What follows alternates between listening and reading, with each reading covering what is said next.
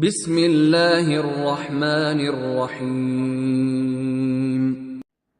اعوذ باللہ من الشیطان الرجیم بسم اللہ الرحمن الرحیم الحمدللہ الذی جعلنا من المتمسکین بولایت علی بن ابی طالب علیہ السلام۔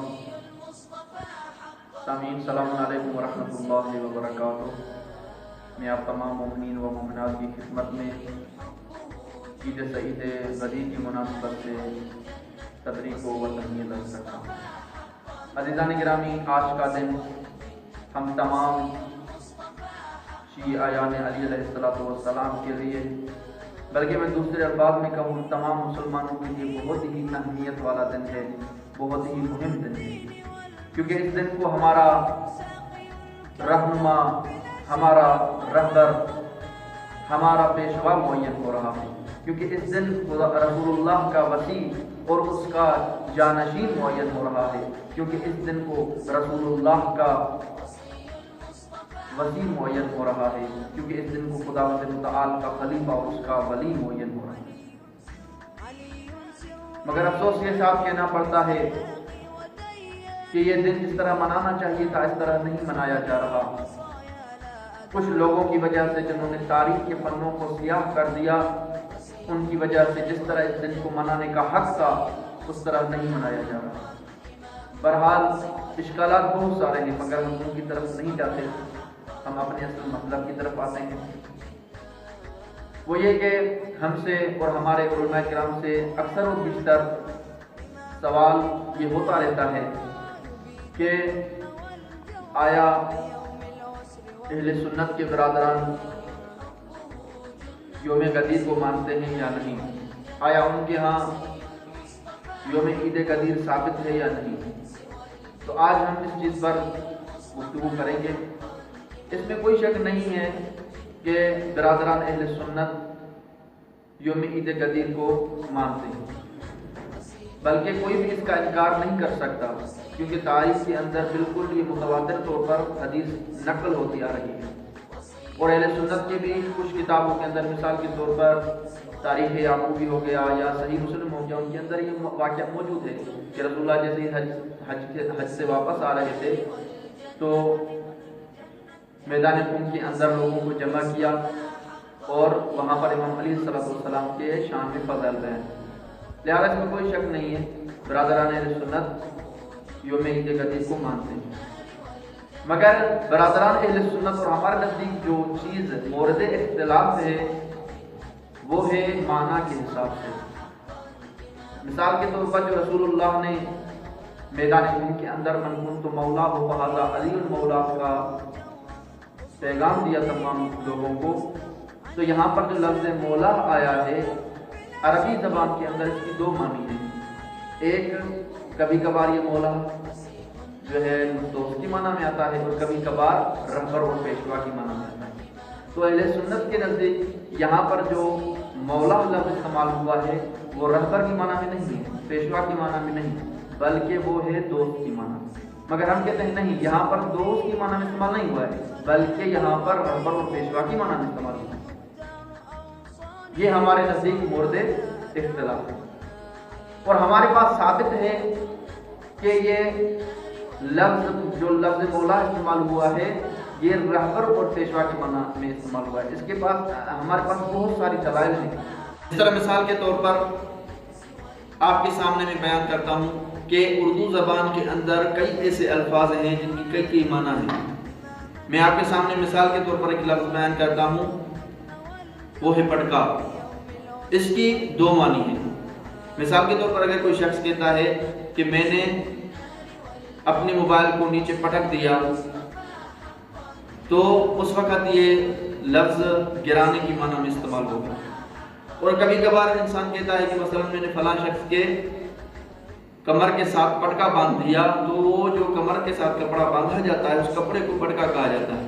تو لہٰذا اس پٹکا کی زبان اردو میں دو معنی ہیں۔ اب یہ کیسے ہم کو پتہ چلے کہ یہ ابھی اس معنی میں آیا ہے یا اس معنی میں آیا ہے؟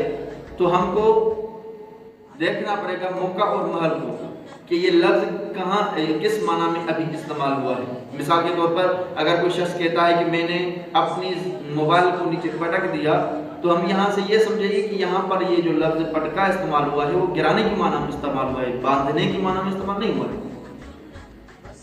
اور مثال کے طور پر اگر کوئی شخص کہتا ہے کہ میں نے فلاں شخص کی کمر کے ساتھ پٹکا باندھ دیا، تو یہاں پر ہم سمجھیں گے کہ یہ باندھنے کی معنی میں آیا ہے، نہ کہ گرانے کی معنی میں آیا ہے۔ تو ہم موقع اور مال کو دیکھ کر سمجھ جائیں گے کہ یہ پٹکا کس معنی میں استعمال ہوا ہے۔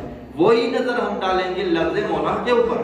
ہم مانتے ہیں کہ لفظ مولا کی معنی دوست بھی ہے، مگر کہ من کنت مولا فاز علی مولا میں رسول اللہ نے فرمایا ہے من کنت مولا فاز علی مولا، یہاں پر جو لفظ مولا استعمال ہوا ہے وہ دوست کی معنی میں نہیں ہے، بلکہ وہ رہبر اور پیشوا کی معنی میں ہے۔ اور اس کے ہمارے پاس بہت سارے دلائل ہیں، ثبوت ہیں، جس سے ہم ثابت کر سکتے ہیں کہ یہاں پر مولا رہبر کی معنی میں آیا ہے۔ ان میں سے 3 موٹے دلائل میں آپ کی خدمت میں بیان کرتا ہوں، اور ان دلائلوں کو آیت اللہ عظمہ کا مکارم شیرازی نے بھی اپنے اصول عقائد کی کتاب میں امامت کی بحث میں ذکر کیا ہے۔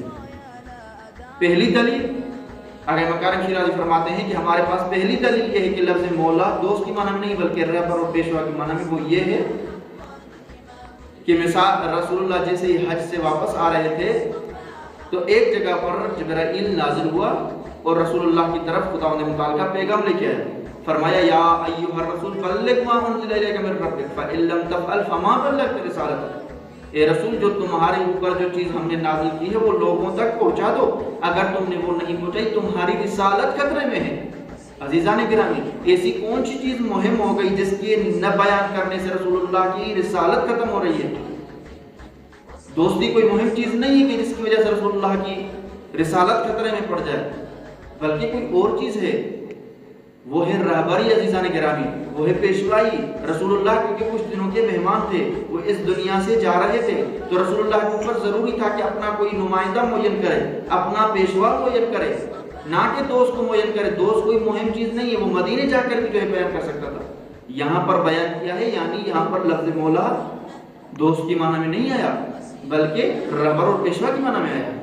یہ ایک دلیل ہو گئی۔ دوسری دلیل وہ یہ کہ تاریخ کے اندر ثابت ہے کہ جہاں پر رسول اللہ لوگوں کو اعلان قدیر کے لیے جمع کیا، اعلان کے لیے جمع کیا میدان خم کے اندر، تاریخ بیان کرتی ہے اتنی شدید گرمی تھی کہ ایک راوی بیان کرتا ہے ہم کھڑے نہیں ہو پا رہے تھے، ہمارے پاؤں جل رہے تھے۔ اتنی شدید گرمی میں رسول خدا کو ایسا کون سا پیغام دینا تھا؟ ظاہری بات ہے کہ یہاں پر دوستی کوئی مہم چیز نہیں ہے کہ لوگوں کی گرمی کی پرواہ نہیں کہ رسول اللہ نے دوستی کو جو ہے لوگوں تک پہنچا دیا۔ شدید گرمی ہے، اس کے باوجود لوگوں کو اکٹھا کر رہے ہیں، یعنی کوئی ایسی مہم چیز ہے، وہ دوستی سے بھی برتر ہے، وہ ہے امامت اور پیشوائی، ولایت ہے، نہ کہ وہ دوستی ہے۔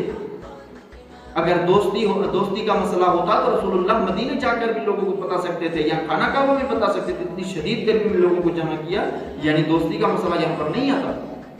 اور تیسری اور آخری چیز جو بہت ہی نقلی طور پر دلیل ہے، وہ یہ کہ رسول اللہ نے جیسے ہی اعلان کو تمام کیا تو بعض صحابہ جلیل القدر امام علی علیہ السلام کے پاس آتے ہیں اور مبارکباد پیش کرتے ہیں، ان الفاظ کے ساتھ مبارکباد پیش کرتے ہیں، یا علی آپ کو مبارکباد پیش کرتے ہیں کہ آپ رسول اللہ کے جانشین بن گئے ہیں، رسول اللہ کے وصی بن گئے ہیں، اس کے نمائندے بن گئے ہیں۔ اگر رسول اللہ نے اس کی دوستی کا اعلان کیا ہوتا تو لوگ صحابہ کرام اس طرح اس کو مبارکباد پیش نہیں کرتے، بلکہ ان الفاظ کے ساتھ پیش کرتے کہ یا علی آپ کو دوستی مبارک ہو، نہ کہ ولایت۔ یہاں پر ولایت کی مبارکباد پیش کی جا رہی ہے، اس سے ثابت ہو رہا ہے کہ رسول اللہ نے مولا سے مراد رہبر و پیشوا لی ہے، نہ کہ دوستی مراد لی ہے۔ اس طرح کی اور کئی ہمارے پاس دلائل جس سے ہم ثابت کر سکتے ہیں کہ یہاں پر لفظ مولا دوست کی معنی میں نہیں بلکہ رہبر اور پیشوا کی معنی میں آیا ہے۔ بہرحال جن لوگوں کو جو چیز نہیں ماننی ہوتی وہ جمعے کو بھی جمعہ نہیں مانتے، مگر جو ماننے پر پڑتے ہیں وہ فوراً مان لیتے ہیں۔ باہر کے عزیزان گرامی، دشمن بہت کوشش کر رہا ہے کہ اعلان قدیر کو لوگوں کے ذہنوں سے پاک کیا جائے، لوگوں کے ذہنوں سے حذف کیا جائے، ڈیلیٹ کیا جائے لوگوں کے ذہنوں سے۔ مگر عزیزان گرامی، مگر ہم بھی کوشش کریں جتنا ہو سکے، جتنی بھی آپ کو وسعت ہے، اپنے گھروں میں جشن کروائیں، لوگوں کو کھانا کھلائیں، لوگوں کو شربت پلائیں، لوگوں کو چائے پلائیں۔ ضرور ان کے ذہنوں میں یہ سوال پیدا ہوگا، جب آپ ان کو یہ چیزیں کھلائیں گے ضرور ان کے ذہنوں میں سوال پیدا ہوگا کہ آج ایسا کون سا دن ہے کہ جس کی وجہ سے لوگ ہم کو کھانا کھلا رہے ہیں، ہم کو شربت پلا رہے ہیں۔ ضرور آپ سے سوال کریں گے، تو آپ ان کو بتائیں آج ہمارے امام کی ولایت کا دن ہے، آج امام علی علیہ السلام کی ولایت کا دن ہے۔ جتنی بھی آپ کو وسعت ہو لوگوں کو کھانا کھلائیں، اہل سنت والوں کو دعوت دیں، ان کو پتہ چلے کہ آج ہم نے ابھی تک اعلان گدی کو فراموش نہیں کیا ہے اور نہیں قیامت تک فراموش کریں گے۔ دشمن کو آپ بتا دیں ایسے عملوں سے، اپنے مسجدوں میں جشن کروائیں، اپنے جو ہے گھروں میں جشن کروائیں، ہر فرد تک یہ اعلان گدی کا جو ہے پیغام پہنچائیں، تاکہ دشمن کو پتہ چلے کہ ہم نے اعلان گدی کو فراموش نہیں کیا۔ آخر میں خداوند متعال سے میں دعا کرتا ہوں، خدایا اس پرمسرت دن کے صدقے، اس بابرکت دن کے صدقے ہم کو دی توفیق عطا فرما تاکہ ہم پوری دنیا کے فرد تک ولایت علی علیہ السلام پہنچا سکیں، اور ہم کو توفیق عطا فرما تاکہ ہم دشمن کی اس سازش کو ناکام کر دیں۔ خدایا اس پرمسرت دن کے صدقے ہمارے بارے میں آقا امام زمانے کے ظہور میں تعدیل فرما، اور ہم کو ان کے اعمال انصار میں شمار ہونے کی توفیق عطا فرما۔